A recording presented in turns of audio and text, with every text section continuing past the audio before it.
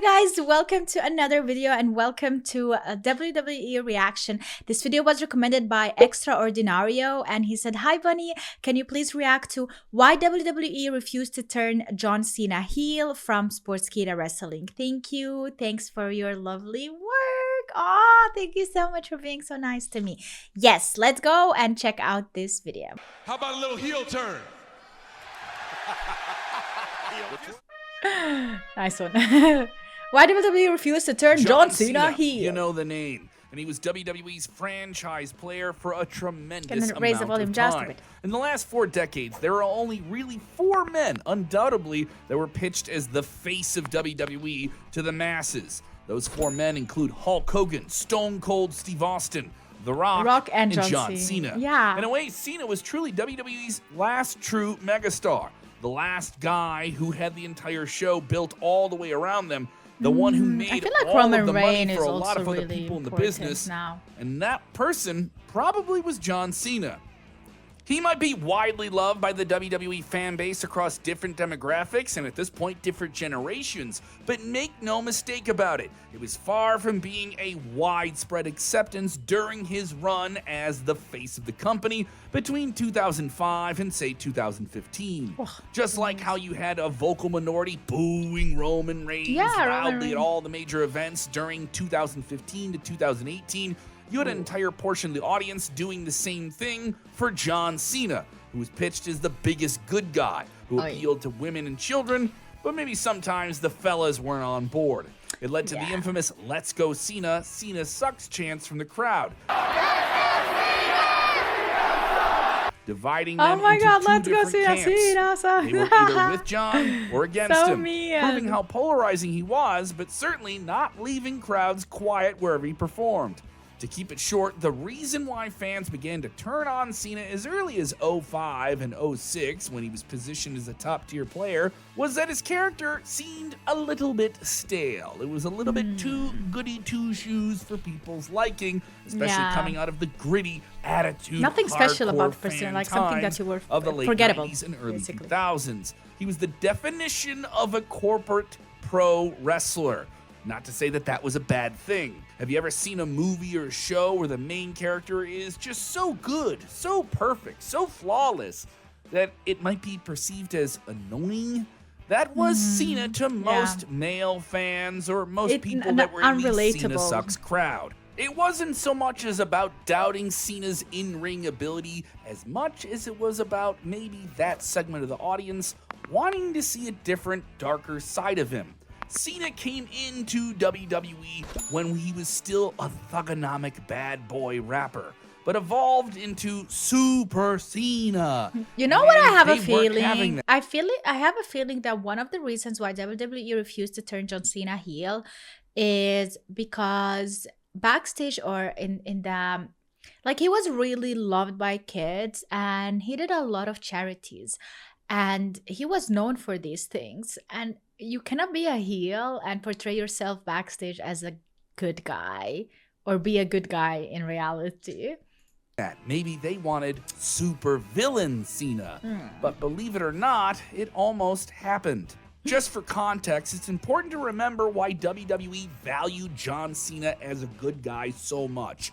He was a superhero to children, the target demographic is exactly of WWE what I post-2008, when they went for more of a PG-provoked product. They needed a clean-cut good guy who could do all of the media and carry the company on their shoulders, and he did that. He was the biggest merchandise mover of that era by a significant distance. He sold the tickets, he main evented the shows, he was the draw. In an interview with In the Envelope, the Actors podcast, Cena revealed that even as far back as 2009, he was told that a heel turn was never going to be in the cards for his character. The sponsor-friendly good guy who peeled in so much money from young viewers was simply too valuable for WWE to make that change. Why should they? Business told them not to. But a couple of years later, things had changed. Speaking to Chris Van Vliet, Cena revealed that at one point internally in WWE, there was indeed a plan for him to become a bad guy for 2 of those infamous, famous, very profitable matches against The Rock in their once-in-a-lifetime storyline. John Cena, the villain in a WrestleMania main event? It could have happened. After hearing the rumblings that WWE officials were finally going to pull the trigger on a serious character change they said they would never do, Cena took 48 hours to have a new theme song recorded. He even had 7 new low-cut singlets crafted in boxing-style robes with old wrestling boots that were gathering dust. He was ready for a new character, a new presentation. Just imagine John Cena and that kind of attire being a guy you would boo. And even the kids who cheered him would boo him now. So what finally happened? As you know, WWE didn't go through it. Despite Cena being ready to go, there was a harsh reality to deal with. I feel like a lot of wrestlers really love to go heel because it's more fun to be a heel in pro wrestling.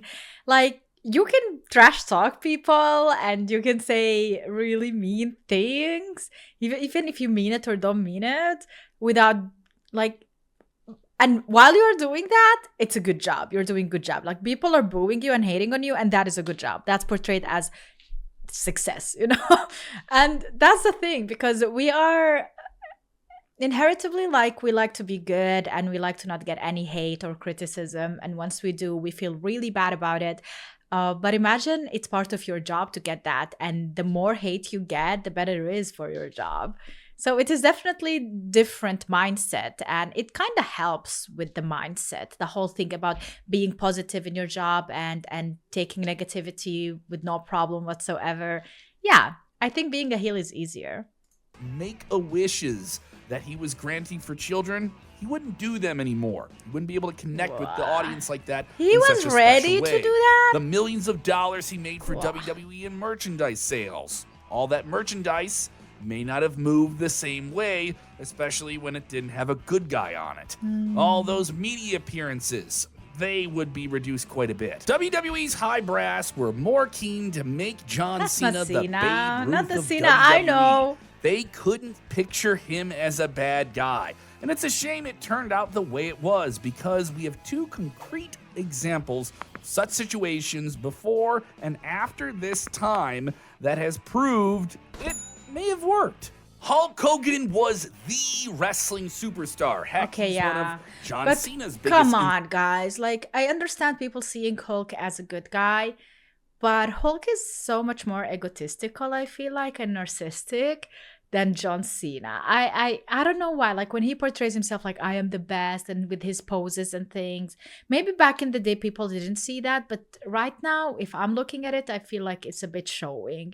And that's why for Hulk Hogan, it was maybe easier to be a heel than for Cena. Inspirations. And in 1996, his red and yellow act was getting a little bit weak with the advent of more attitude in pop culture and attitude in pro wrestling. And as he was the main attraction in WCW, he needed to keep it fresh with the new guys that were coming in, the outsiders, Scott Hall and Kevin Nash, who recently defected from WWE and now were invading WCW, and they formed the NWO. Hogan turning as a bad guy. I mean, that also worked because he went to a whole new company and he had to change his persona, or else maybe Vince would go after him and say that he stole the character because it belongs to him or whatever, even though he bought the character as it is from a different company as well. I don't know. I think that would be one of the reasons, and they just wanted something new and bombastic. Sucked the air out of the arena. It is one of the defining moments of WCW, and truly is something that revitalized Hulk Hogan's career and projected it to new heights during the most successful time across the entire wrestling business, making him a hell of a lot more money in the process. An even more recent example, Roman Reigns. In Oh yeah, Roman 2020, can go during heel the and stresses of the babyface, both pandemic, good. Roman Reigns vacated a WWE World Championship and a main event match with Goldberg at a WrestleMania that wouldn't air in front of any fans, and was concerned about his health. But this time away from the WWE helped him realize truly he needed to do something different. And when he agreed to come back to action, he wasn't going to come back as the big dog. He was going to come back as something completely different. And that's how we got the Tribal Chief. That's how we got Paul Heyman as his wise man. That's how we got the Bloodline. That's how we got the longest reigning WWE World Champion in modern history. We would not get the Roman Reigns we have today. We would not get the WrestleMania main events we're getting now if that didn't happen. And if WWE didn't fulfill Roman Reigns' requests to go bad. It really is a shame that we never got to see that dark or evil side of Cena, because it could arguably have led to another glory period for WWE rather than one of highs and lows that we saw throughout the Ruthless Aggression era. It wasn't that Cena wasn't capable of it. He was. He's been called the greatest of all time for a reason, and that wasn't a good enough reason for WWE to make the change. It will always remain WWE's biggest what-if question. What do you think could have happened if John Cena became a bad guy and turned heel? Let us know. Give us your fantasy booking in the comments below. Not on Thank my you for watch. watching Sportskeeda Wrestling, and check out other videos just like these.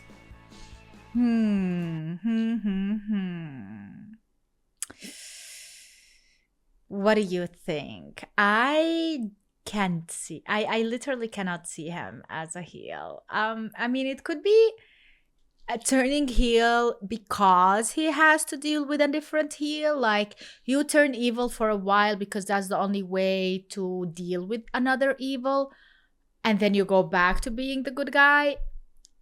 I mean, I understand that type of a heel, but him completely turning heel where he disregards everything and everyone and like the kids, you know, especially this comment, simple. It was for the kids. Yeah, like that is, you can't, man. Don't mess up with children's dreams and heroes. People were just sick of Super Cena. Everybody loved him before he became Superman, and everyone continued to love him once he gave up the Superman gimmick and became Savage Cena. Turning Cena heel would give the older fans what they want, but it would also shatter the hopes of millions of kids who are suffering from cancer. They look up to him as an inspiration with his never give up slogan. No wonder he is the celebrity with the most number of wishes from the Make-A-Wish. So turning him heel just wouldn't make sense anymore.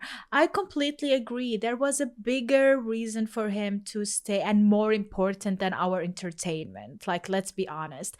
The wishes for the kids and never give up slogan like helped millions of children. Like, this is something that will keep inspiring kids and grown-ups for a really long time, and it is something that you should never shit on. Basically, you should never poop on. Cena refused to turn heel because of Make-A-Wish Foundation. Yeah, he was set a record of granting over 600 wishes, and most of his merchandise was popular amongst the younger demographic of 8 to 10-year-old. Also, like, parents will buy anything for their kids. Cena probably made a lot of money on this merchandise. I hope he had a percentage of like he took some credit for this and not the whole company only getting it. Like, it's kids will buy anything from their idols and fans. Wrestling sense wise, he would have been a great heel, but he didn't want to jeopardize his image, and there were not credible threats to WWE during Cena's reign. Oh, okay. I don't know about this credible threats. Like, there were some people, yeah, but still. This is also my opinion. I immediately figured out that would be a big reason for Cena never turning heel.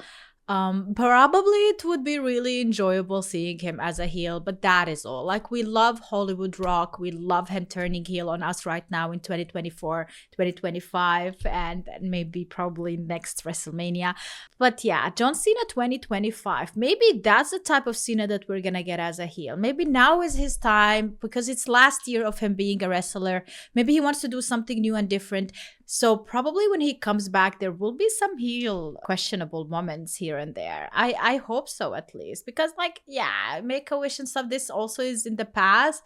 But now that you come back and he's coming back for, I think, for himself also, to just say goodbye to wrestling once and for all this 2025 year, I think that will be something that we could consider John Cena as a heel in. What do you think? Let me know in the comments. Thank you so much for watching. I hope you enjoyed this video. Check out my Patreon, patreon.com/supportbunny for more WWE content. I react to SmackDown, NXT, as well as Raw on a weekly basis. I do also the Dark Side of the Ring, of the ring or of ring.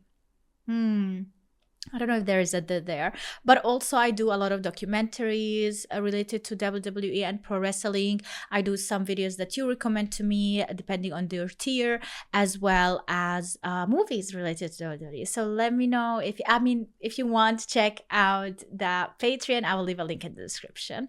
Have a wonderful day. See you next time. Bye.